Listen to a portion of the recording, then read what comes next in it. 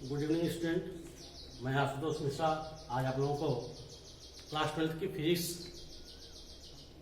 First chapter के third part के विषय में मैं बताने जा रहा हूँ। अभी तक मैंने आप लोगों को बताया था कि आवेश की प्रकृति, आवेश क्या होता है, आवेश की प्रकृति कैसे होती है, आवेश में कौन सा बल पाया जाता है और उसके भिन्न भिन्न विशेषताएं होती हैं, उनके विषय में बताया था। अब आज हम देखते हैं कि आवेशों में लगने वाले बल, जो बल लगता है उसमें एक बल उत्पन्न होता है कूलाम बल। तो कूलाम का स्थिर विद्युत बल का नियम आज हम पढ़ेंगे, ठीक है। आइए हम देखते हैं। तो कूलाम का स्थिर विद्युत बल का नियम क्या कहता है, पहले इसको हम समझने का प्रयास करेंगे कि क्या होता है, कैसे होता है, फिर उसके बाद हम इसकी डिफिनेशन हम बताएंगे। देखिए, अभी हमने बताया था, या मान लेते हैं दो आवेश हैं, एक Q1 है और एक Q2 है। दो आवेश हैं, एक Q1 और एक Q2। ये दोनों आवेश एक दूसरे से r दूरी पर, परस्पर r दूरी पर रखे हुए हैं। ये या तो पॉजिटिव हो सकते हैं या तो नेगेटिव हो सकते हैं, यानी या तो धनात्मक आवेश हो सकते हैं या तो ऋणात्मक आवेश हो सकते हैं, या दोनों हो सकते हैं। तो जब हमने पिछले चैप्टर में बताया था कि अगर दो पॉजिटिव आवेश हैं, यानी अगर प्लस प्लस है, यानी पॉजिटिव है, तो उनके बीच क्या बल लगेगा, प्रतिकर्षण बल का कार्य करेगा। कौन सा बल कार्य करेगा, प्रतिकर्षण बल। अगर चाहे वो पॉजिटिव हो या दोनों निगेटिव हो, तो उनके बीच कौन सा बल कार्य करेगा, प्रतिकर्षण बल कार्य करेगा। यदि विपरीत आवेश यानी एक प्लस और एक माइनस हो, यानी एक पॉजिटिव हो और एक निगेटिव हो, तो उनके बीच कौन सा बल कार्य करेगा, आकर्षण बल कार्य करेगा। तो जाहिर सी बात है, यहां पर भी वही बल कार्य करेगा, या तो प्रतिकर्षण बल कार्य करेगा या तो आकर्षण बल करेगा। यानी जो बल कार्य करेगा, तो वह बल क्या होगा, उसका व्यंजक क्या होगा, उसके लिए मेथड क्या होगा, वह कूलाम के नियम से हम समझते हैं। तो कूलाम का नियम क्या कहता है कि इन दोनों के बीच जो लगने वाला बल होता है, यानी दो आवेशों के बीच लगने वाला जो बल होता है, यानी जो F, इस पर मानते हैं जो भी बल लगेगा, यह बल लगेगा, चाहे इधर लगेगा चाहे इधर लगेगा, यानी यह बल का कार्य कर रहा है। तो यह जो बल होता है वह इन दोनों के आवेशों के गुणनफल के अनुक्रमानुपाती होता है। अनुक्रमानुपाती या समानुपाती, कहने का मतलब कि इन दोनों आवेश, यानी एक आवेश Q1 है और एक आवेश Q2 है, अगर ये दोनों एक दूसरे से r मीटर की दूरी पर रखे हुए हैं, तो इन दोनों आवेशों के बीच लगने वाला बल F जो होगा वह इन दोनों आवेशों के, यानी Q1 और Q2 दोनों आवेशों के गुणनफल के बराबर होगा। दूसरी चीज क्या होगी, यह इन दोनों पे जो लगने वाला बल होगा वह F प्रोपोर्शनल 1/r², यानी कहने का मतलब वह इन दोनों के बीच की दूरी के वर्ग के व्युत्क्रमानुपाती होता है। इससे स्पष्ट क्या हो गया हमारा कि अगर हम यहां पर ध्यान से देखें कि जो लगने वाला बल है, यानी कूलाम के नियम के अनुसार, कूलाम के नियम के अनुसार क्या होगा कि यह जो लगने वाला बल है वह दोनों आवेशों के गुणनफल के अनुक्रमानुपाती हो गया। और दूसरा क्या हो गया कि, यानी पहले क्या हो गया कि यह प्रोपोर्शनल Q1 into Q2, और दूसरा क्या हमारा हो गया कि यह प्रोपोर्शनल 1/r², यानी इन दोनों के बीच की दूरी के वर्ग के व्युत्क्रमानुपाती होता है। अगर हम इन दोनों को मिला दें, दोनों को एक साथ अगर हम मिला दें, तो दोनों को मिलाएंगे तो देखेंगे यह प्रोपोर्शनल Q1 Q2/r²। यह हमारा व्यंजक प्राप्त हुआ। किसके लिए, दो आवेशों के बीच लगने वाले बल के लिए हमें व्यंजक प्राप्त हुआ। क्या प्राप्त हुआ, यह प्रोपोर्शनल Q1 Q2/r²। अगर हम प्रोपोर्शनल हटाते हैं तो एक स्थिरांक आता है। क्या आता है, एक स्थिरांक आता है। तो यहां पर स्थिरांक क्या होगा, दे देते हैं कि अगर हम प्रोपोर्शनल हटाते हैं तो F हो जाएगा, F = ε0 Q1 1/4πε0 into Q1 Q2/r², जहां पर ε0 क्या है, निर्वात की वैद्युतशीलता। निर्वात की वैद्युतशीलता। क्या होता है? निर्वात की वैद्युतशीलता। फिर हम समझते हैं कि दो आवेश एक दूसरे से r मीटर की बीच की दूरी पर रखे हुए हैं, यानी एक Q1 आवेश है और एक Q2 है। इन दोनों के बीच की दूरी r है, तो इस पर लगने वाला या तो आकर्षण बल होगा या तो प्रतिकर्षण बल होगा। तो यह लगने वाला बल क्या होता है? तो कूलाम के नियम के अनुसार इस पर लगने वाला बल यानी यह क्या होता है? इन दोनों आवेशों के गुणनफल के अनुक्रमानुपाती होता है, तथा दूसरा क्या होता है कि इन दोनों के बीच की दूरी के वर्ग के व्युत्क्रमानुपाती होता है। यानी अगर हम इन दोनों को एक साथ मिला दिए जाए, इन दोनों को एक साथ मिला दें, क्या होता है? यह proportional Q1 Q2 upon R square. अब क्या होता है? प्रोपोर्शनल को हटाने के लिए हमें एक नियतांक की जरूरत होती है। तो यहाँ पर नियतांक क्या होगा? F equal to 1/4π0 into Q1 Q2 upon R square, जहाँ एप्सिलॉन क्या है? आपकी निर्वात की वैद्युतशीलता है। अब यहां से हम देखते हैं तो हमें एक चीज मिलती है। क्या मिलती है? कि 1/4π0 का मान क्या होता है? 1/4π0 का मान क्या होता है? 1/4π0 का मान देखें तो जहां पर 1/4π0 इक्वल टू होता है 9 into 10 to the power 9 into 10 to the power 9 क्या होता है? न्यूटन मीटर स्क्वायर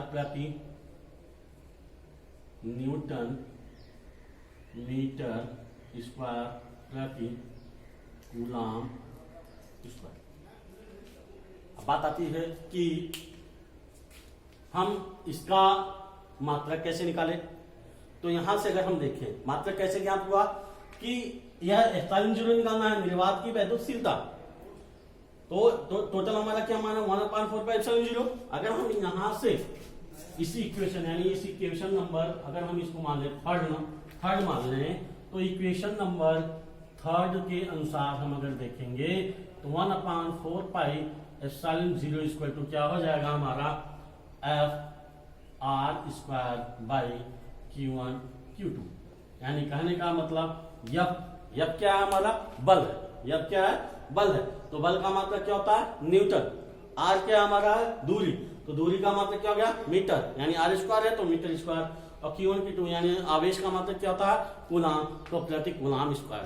कहने का मतलब कि 1/4π जो हमारा नियतांक है उसका मान कितना हुआ? 9 इंटू 10 टू द पावर 9।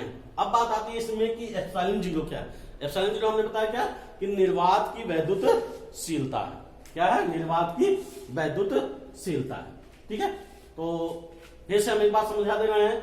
क्या हुआ कि कूलाम के नियम के अनुसार किन्हीं दो आवेशों के बीच लगने वाला बल उन दोनों आवेशों के गुणनफल के अनुक्रमानुपाती तथा उनके बीच की दूरी के वर्ग के व्युत्क्रमानुपाती होता है। यही कूलाम का नियम है।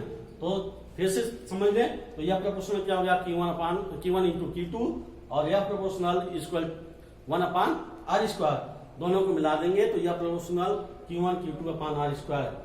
यानी प्रोपोर्शनल को घटाने के लिए नियतांक की जरूरत होती है।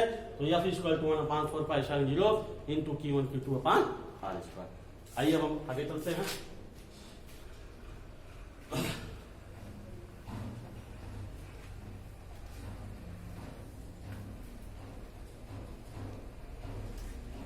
अगला क्या है कि कूलाम के नियम से निष्कर्ष क्या निकलता है? कूलाम के नियम के महत्वपूर्ण तथ्य यानी कुछ निष्कर्ष निकलते हैं। तो पहला निष्कर्ष क्या निकलता है? अगर देखें कूलाम के नियम के अनुसार पहला निष्कर्ष क्या निकलता है कि यह दो बिंदुवत आवेशों के लिए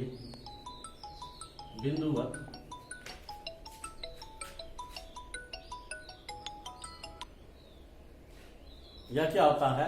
दो बिंदुवत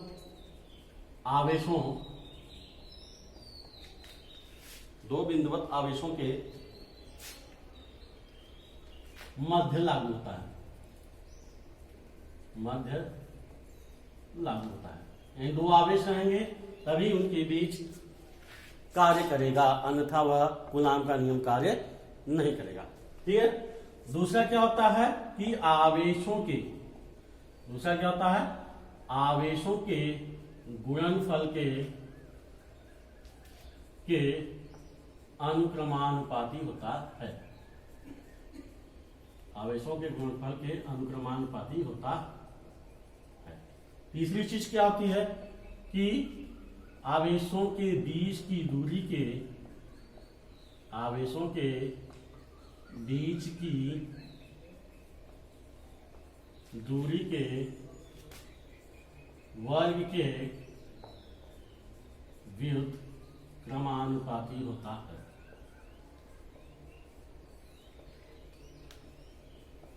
विरुद्ध क्रमानुपाती होता है। चौथी चीज क्या होती है कि यह जो कूलाम का नियम होता है, कूलाम का नियम यानी यह नियम न्यूटन के तृतीय नियम का भी पालन करता है, न्यूटन के तृतीय नियम का भी पालन करता है, न्यूटन के तृतीय नियम का भी पालन करता है। ठीक है। और इसमें क्या होता है,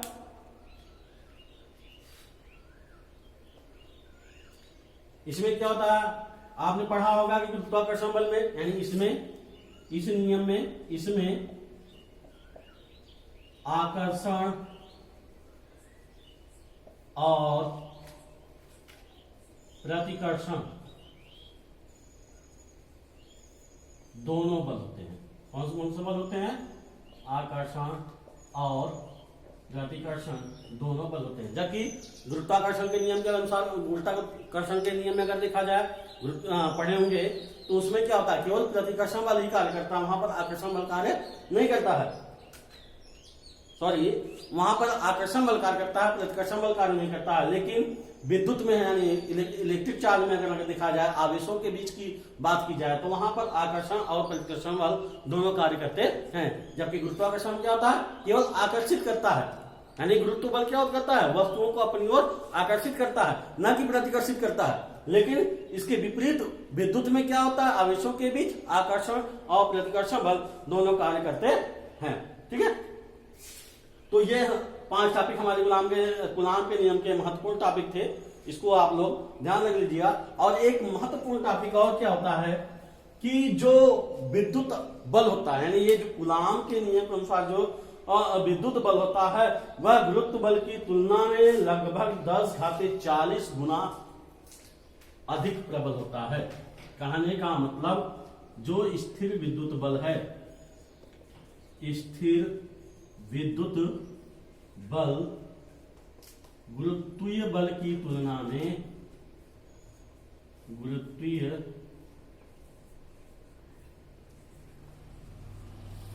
बल की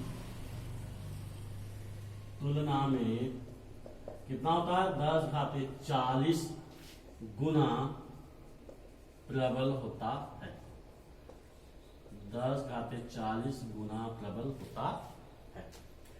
ठीक है। क्या बताया हमने, यह दो बिंदुवत आवेशों के मध्य लागू होता है, आवेशों के, दूसरा क्या है, आवेशों के गुणनफल के अनुक्रमानुपाती होता है। तीसरा क्या है, आवेशों के बीच की दूरी के वर्ग के व्युत्क्रमानुपाती होता है। और चौथा क्या है, यानी न्यूटन के गति के तृतीय नियम का भी पालन करता है। और पांचवा क्या है, इसमें आकर्षण और प्रतिकर्षण बल दोनों कार्य करते हैं। छठा क्या है, जो कि बहुत इंपॉर्टेंट है, स्थिर विद्युत बल गुरुत्वीय बल की तुलना में 10⁻40 गुना अधिक होता है। ठीक है। आइए आगे चलते हैं, इससे संबंधित एक दो न्यूमेरिकल हम लगा लेते हैं, जिससे यह और अच्छी तरह से समझ में आ जाएगा। जैसे क्वेश्चन है, क्या क्वेश्चन है कि दो बिंदुवत आवेशों, दो बिंदुवत आवेशों प्लस 2 कूलाम प्लस 2 कूलाम तथा प्लस 6 कूलाम तथा प्लस 6 कूलाम तथा प्लस 6 कूलाम एक दूसरे से 4 सेंटीमीटर की दूरी पर स्थित हैं। तो इनके बीच लगने वाला विद्युत बल, तो विद्युत बल की गणना कीजिए। विद्युत बल की गणना कीजिए। ठीक है, अब आते हैं अपने टॉपिक पे। क्या है कि 2 बिंदुवत आवेश प्लस q कूलाम तथा प्लस 6 कूलाम माने प्लस 6 कूलाम एक दूसरे से 4 सेंटीमीटर दूरी पर स्थित है। पहले फिगर बनाते हैं। ये क्या है, प्लस 2 कूलाम है और इससे 4 सेंटीमीटर की दूरी पर प्लस 6 कूलाम दूसरा आवेश है। ठीक है, 4 सेंटीमीटर की दूरी पर दूसरा आवेश है। अब हम देखते हैं, तो 4 सेंटीमीटर है, इसको हम मीटर में अगर बदलें तो क्या हो जाएगा, 4 × 10⁻⁻² मीटर।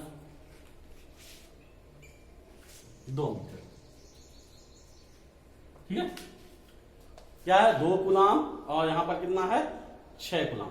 2 कूलाम और 6 कूलाम। अब सूत्र पे हम जाते हैं, तो F = क्या होता है, F = 1/4πε0 × Q1 Q2/r²।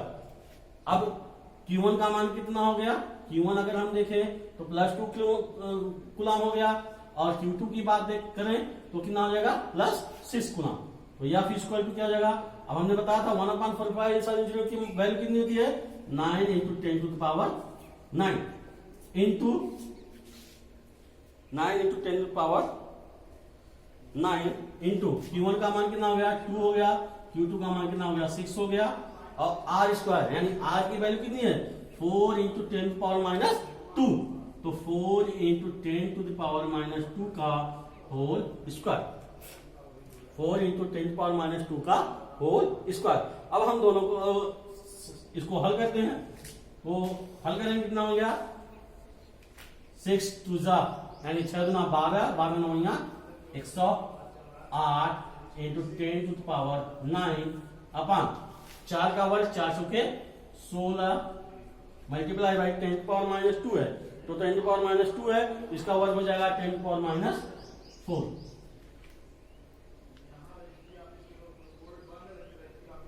अब देखें इसको, तो हम 4 से इसको कैंसिल कर सकते हैं, 4 × 16 और यहाँ क्या हो जाएगा, 4 × 8 4 × 28। ठीक है, 27। यानी अब इसको हल करें, ये -4 है तो ऊपर चला जाएगा, क्या हो जाएगा, -4 है, तो जब ऊपर चला जाएगा तो क्या हो जाएगा, +4 हो जाएगा।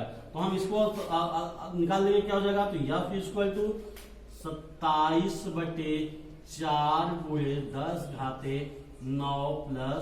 10⁹ यानी हो जाएगा 4 से डिवाइड करें, 4 × 24 और 4 × 28 4 × 20 × 10⁻13 न्यूटन। क्या हो गया, हमारा आंसर आ गया।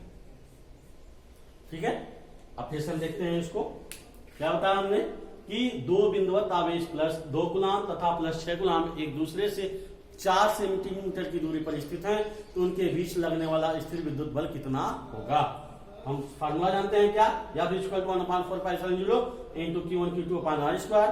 तो 1/4πε0 की वैल्यू कितनी होती है, 9 × 10⁹ इंटू Q1 का मान कितना होता है, 2 होता है, Q2 का मान कितना होता है, 6 होता है, और r की वैल्यू कितनी आ गई, 4 × 10⁻²। तो 4 × 10⁻², इसको हल करेंगे तो हमारा क्या जाएगा, 6.75 × 10⁻13 न्यूटन। ठीक है, ये हमारे बल की गणना हो गई। अब इसके आगे कल हम आपको बताएंगे कि आवेशों के मध्य जो अध्यारोपण होता है वह किस तरह का होता है, नेक्स्ट क्लास की में आपको बताया जाएगा। ठीक है, आज के लिए